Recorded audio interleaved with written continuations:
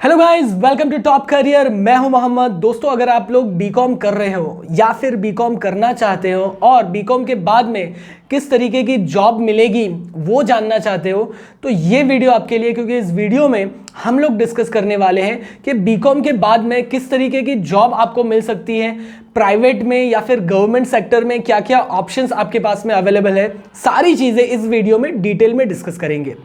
तो सबसे पहले स्टार्ट करते हैं हम लोग प्राइवेट सेक्टर से। प्राइवेट सेक्टर में आप कहीं पे भी जॉब कर सकते हो, मतलब कि आप किसी मल्टीनेशनल कंपनी में जॉब कर सकते हो या फिर किसी इंडस्ट्री, किसी फैक्ट्री में आपको जॉब मिल सकता है, या फिर किसी शोरूम में या फिर किसी बड़े शॉप में भी आप जॉब कर सकते हो। अभी इन सभी जगह पे किस तरीके का जॉब होगा वो जानना ज़रूरी है, तो वो भी हम लोग देखते हैं। यहाँ पे अलग अलग डिविजन्स होते हैं। आपको या फिर अकाउंटिंग में जॉब मिल सकता है, या फिर सेल्स में जॉब मिल सकता है, या फिर परचेस में जॉब मिल सकता है।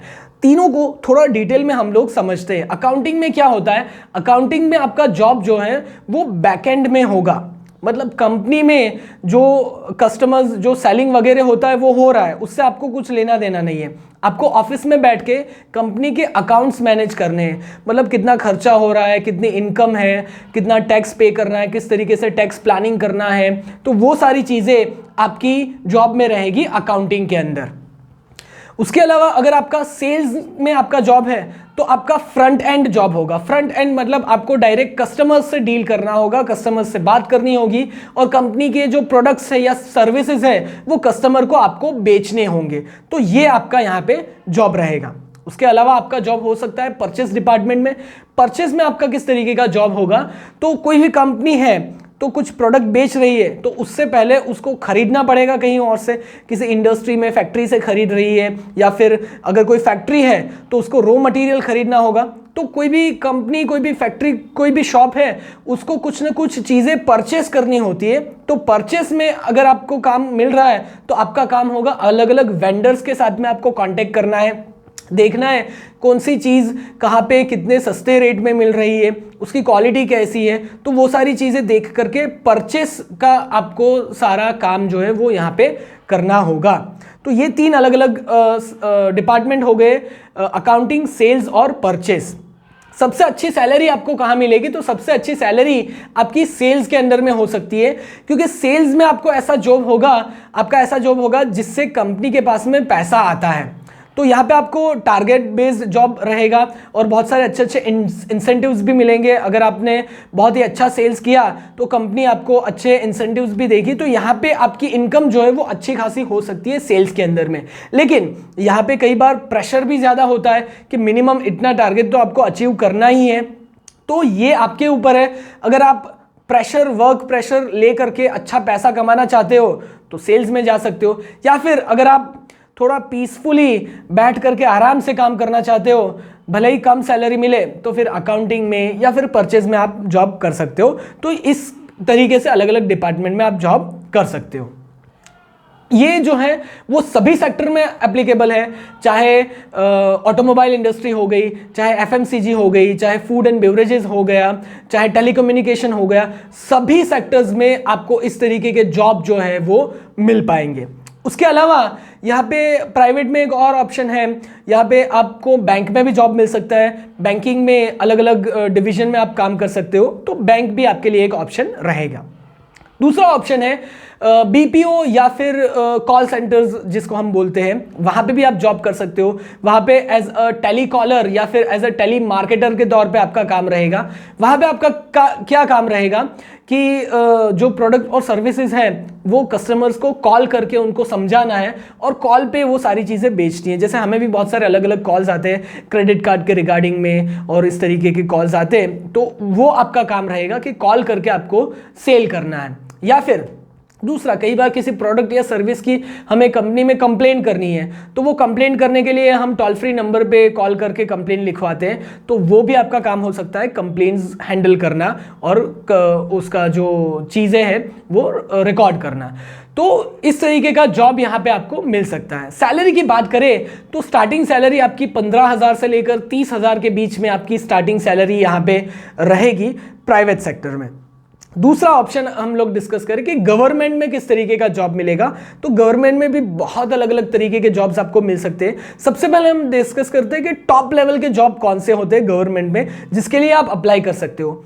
तो आप यूपीएससी के लिए अप्लाई कर सकते हो। यूपीएससी जो है वो सेंट्रल गवर्नमेंट के अंडर में आता है, और यूपीएससी में करने के बाद में आपको जो जॉब मिलेगा वो सेंट्रल गवर्नमेंट के अंदर में आपको जॉब मिलेंगे।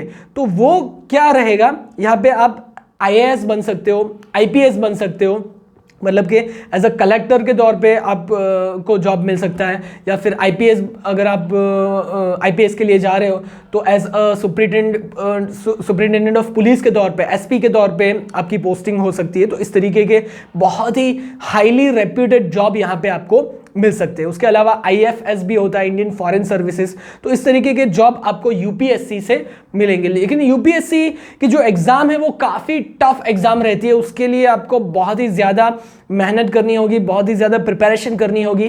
3 अलग अलग लेवल में इसके एग्ज़ाम्स होते हैं। पहले प्रीलिम्स, फिर मेंस, और उसके बाद में इंटरव्यू। ये 3 लेवल क्लियर करने के बाद में आपका जॉब जो है वो मिलेगा।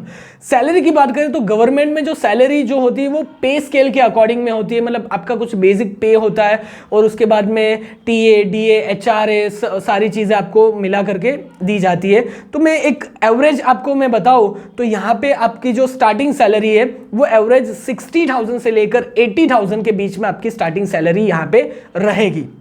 उसके अलावा दूसरा ऑप्शन है state level public service examination. मतलब ये यूपीएससी जो है वो सेंट्रल लेवल पे है, और उसके अलावा स्टेट लेवल पे भी पब्लिक सर्विस एग्जामिनेशन होती है। जैसे कि गुजरात की बात करें तो इसमें जीपीएससी होती है, ठीक है। तो इस तरीके की एग्जाम देकर स्टेट लेवल पे आप अलग अलग तरीके के जॉब कर सकते हो। तो यहाँ पे आपके पास में कौन से ऑप्शंस रहेंगे, तो यहाँ पे आप एज अ मामलेदार के तौर पे काम कर सकते हो, एज अ डिस्ट्रिक्ट रजिस्ट्रार के तौर पे आपको जॉब मिल सकता है, as a commissioner of state tax के तौर पे काम कर सकते हो, तालुका डेवलपमेंट ऑफिसर के तौर पे आप काम कर सकते हो, women and child development officer के तौर पे काम कर सकते हो, लेबर इंस्पेक्टर आप बन सकते हो, चीफ ऑफिसर बन सकते हो आप म्यूनसिपालिटीज़ के अंदर में, सोशल वेलफेयर ऑफिसर के तौर पे आप काम कर सकते हो। तो इस तरीके के बहुत ही अच्छे हाई डेजिग्नेशन वाले जॉब यहाँ पे आपको मिल सकते हैं स्टेट लेवल पे। यहाँ पे भी आपको इसका एग्ज़ाम देना होगा, और प्रीलिम्स, मेंस और इंटरव्यू क्लियर करने के बाद में यहाँ पे आपको जॉब जो है वो मिलेगा। यहाँ पे भी स्टार्टिंग सैलरी आपकी 60,000 से लेकर 80,000 की रेंज में रहेगी। अभी ये जितने भी जॉब हमने डिस्कस किए, चाहे यूपीएससी में या फिर स्टेट लेवल पे, वो ये सभी जॉब्स के लिए कोई भी अप्लाई कर सकता है। ऐसा ज़रूरी नहीं है कि सिर्फ बीकॉम वालों को ही मिलेगा। कोई भी ग्रेजुएट है वो अप्लाई कर सकता है, ग्रेजुएट लेवल के जॉब है। लेकिन एज अ बीकॉम आपने किया तो आप एक ग्रेजुएट हो, तो आपके लिए भी ये सारे ऑप्शंस ओपन है, आप इन जॉब के लिए अप्लाई कर सकते हो। उसके अलावा एक एग्जाम होता है एसएससी का। एसएससी मतलब स्टाफ सिलेक्शन कमीशन, ये भी सेंट्रल लेवल पे होता है। तो ये जो है वो यूपीएससी से इसका जो लेवल है वो थोड़ा कम होता है। मतलब डिफ़िकल्टी लेवल के अकॉर्डिंग बोले या फिर डेजिग्नेशन के तौर पे बोले तो यूपीएससी से इसका लेवल जो है वो कम होता है एसएससी का। तो इसमें आपको एज अ असिस्टेंट ऑडिटर के तौर पे आपको जॉब मिल सकता है सीएजी में। सीएजी क्या है? सीएजी गवर्नमेंट का एक बॉडी है, एक ऑर्गेनाइजेशन है जो गवर्नमेंट के जितने भी खर्चे हैं उनका सब हिसाब रखती है ये ऑर्गेनाइजेशन। तो वहाँ पे आपको एज अ असिस्टेंट ऑडिटर के तौर पे जॉब मिल सकता है, या फिर आपको इनकम टैक्स इंस्पेक्टर या जीएसटी इंस्पेक्टर के तौर पे आपको जॉब मिल सकता है, डिविजनल अकाउंटेंट के तौर पे आपको जॉब मिल सकता है अलग अलग तरीके की गवर्नमेंट ऑफिसेज में। उसके अलावा पुलिस में आपको जाना है तो पुलिस इंस्पेक्टर का भी आप जॉब कर सकते हो ये एग्ज़ाम देने के बाद में। एसएससी के भी अलग अलग एग्ज़ाम होती है जिसमें आपको ग्रेजुएट लेवल की एग्ज़ाम देनी है, और वहाँ पर ये सारे जॉब्स जो है वो ऑफर किए जाते हैं।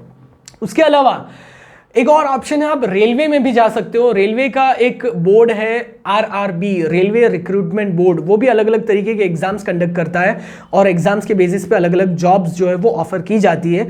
तो रेलवे में आप एज अ सीनियर क्लर्क के तौर पे काम कर सकते हो, जहाँ पे आपको डॉक्यूमेंटेशन रिलेटेड वर्क आपका रहेगा। As a senior timekeeper के तौर पर आपको जॉब मिल सकता है, जिसमें ट्रेन्स जो है उसका शेड्यूल कैसे मेंटेन करना है, वो सारी चीज़ें आपके अंदर में रहेगी। उसके अलावा as a assistant station master का जॉब मिल सकता है। उसके अलावा रिजर्वेशन क्लर्क का आपको जॉब मिल सकता है, जिसमें टिकट बुकिंग वगैरह सारी चीज़ें करनी होगी। उसके अलावा टीसी, टिकट कलेक्टर जिसको हम बोलते हैं, या फिर टिकट एग्जामिनर जिसको हम बोलते हैं, उसका भी जॉब यहाँ पे आपको मिल सकता है। तो बहुत ही अच्छे खासे ऑप्शंस अवेलेबल है गवर्नमेंट के अंदर में भी। अभी आपके ऊपर है आपको किस तरीके का जॉब करना है, किस सेक्टर में जाना है, प्राइवेट सेक्टर में जाना है या फिर गवर्नमेंट सेक्टर में जाना है। गवर्नमेंट में जाना है तो यहाँ पे आपको एग्जाम देकर ही आपको जॉब मिल सकता है, बिना एग्जाम के आपको जॉब गवर्नमेंट में नहीं मिलेगा। तो गवर्नमेंट में आपको जाना है तो एग्जाम के लिए आपको प्रिपरेशन करना होगा, पूरी तैयारी करनी होगी, उसके बाद में आपको जॉब मिल सकता है। प्राइवेट में कई बार डायरेक्टली भी जॉब मिल जाता है, प्राइवेट में कई बार प्राइवेट में भी कुछ बड़ी कंपनीज होती है, उसमें कुछ थोड़े एग्जाम्स वगैरह होते हैं, एमसीक्यू बेस्ड एग्जाम है, इंटरव्यू है, वो दे करके आपको जॉब मिलता है। और किसी कंपनी में डायरेक्ट इंटरव्यू बेसिस पे भी जॉब आपको मिल सकता है। तो अभी कंप्लीटली आपके ऊपर है। अगर गवर्नमेंट आपका जो फोकस है वो गवर्नमेंट के ऊपर है तो मैं आपको रिकमेंड करूंगा कि अभी से आप तैयारी शुरू कर दीजिए, गवर्नमेंट के एग्जाम्स की प्रिपरेशन शुरू कर दीजिए, ताकि बीकॉम कंप्लीट होने के बाद में तुरंत ही आपको अच्छा खासा गवर्नमेंट जॉब मिल जाएगा। अगर आप फर्स्ट अटेम्प्ट में क्लियर कर देते हो तो आपको ज़्यादा टाइम नहीं लगेगा, तुरंत ही मिल जाएगा। अगर आप फर्स्ट अटेम्प्ट में क्लियर नहीं हो रहा एग्ज़ाम, एक एग्ज़ाम दिया, दूसरा दिया, तीसरा दिया, तो उसमें काफ़ी टाइम लगेगा, तो वो टाइम आपको कंसिडर करना है। और दूसरा ऑप्शन है बीकॉम के बाद में 1 साल का आप ड्रॉप ले सकते हो। ड्रॉप में 1 साल पूरे साल प्रिपेयर करो और साइड बाय साइड एग्जाम्स देते जाओ, और जैसे ही आपका एग्जाम क्लियर हो आपको जो है वो जॉब मिल जाएगा। तो दोस्तों आई होप ये वीडियो आपको अच्छा लगा होगा, तो इसे लाइक ज़रूर कर दीजिएगा, शेयर कीजिए अपने दोस्तों के साथ में। और ऐसे ही career related, job related, education related videos अगर आपको रेगुलर बेसिस पे देखने हैं तो हमारे चैनल को सब्सक्राइब जरूर कीजिएगा। Thank you for watching.